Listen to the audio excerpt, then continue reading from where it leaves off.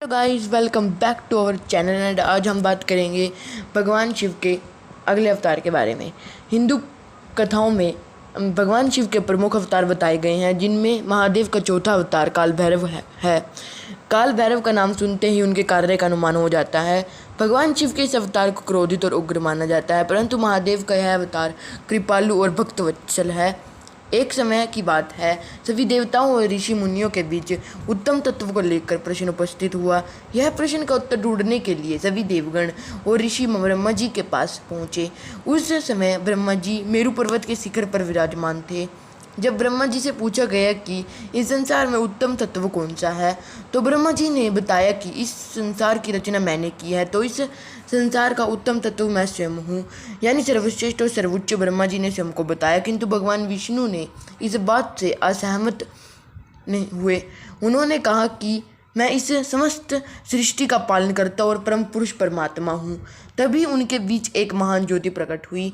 उस दिव्य ज्योति में उन्होंने एक पुरुष का एक आकार दिखने लगा। वे और कोई नहीं, त्रिनेत्र वाले महान पुरुष भगवान शिव थे। उनके हाथ में त्रिशूल था, सर्प और चंद्र के अलंकार धारण किए हुए थे।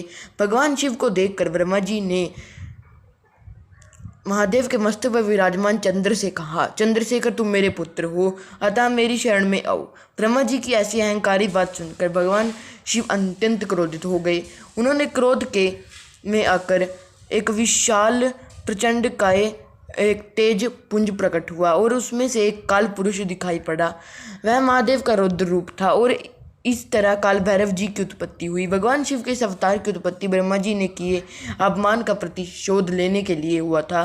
काल भैरव ने अपनी उंगली के नाखून से पंचमुखी ब्रह्मा जी का सिर अलग कर दिया। इस पर्व ब्रह्मा जी के 5 सिर हुए करते थे, 4 सिर 4 दिशाओं की तरफ और एक सिर ऊपर आकाश की तरफ।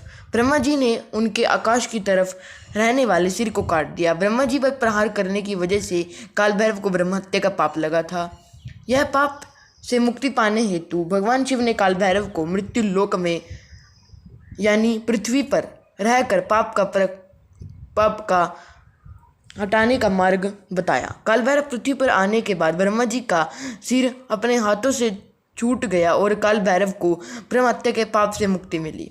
वे जिस जगह पर थे, वे जगह आज के समय में काशी नाम से प्रसिद्ध है और मान्यता है कि पाप से मुक्ति मिलने के बाद काल भैरव वहीं रह गए और काशी नगरी के काल भैरव ने ही बसाई है।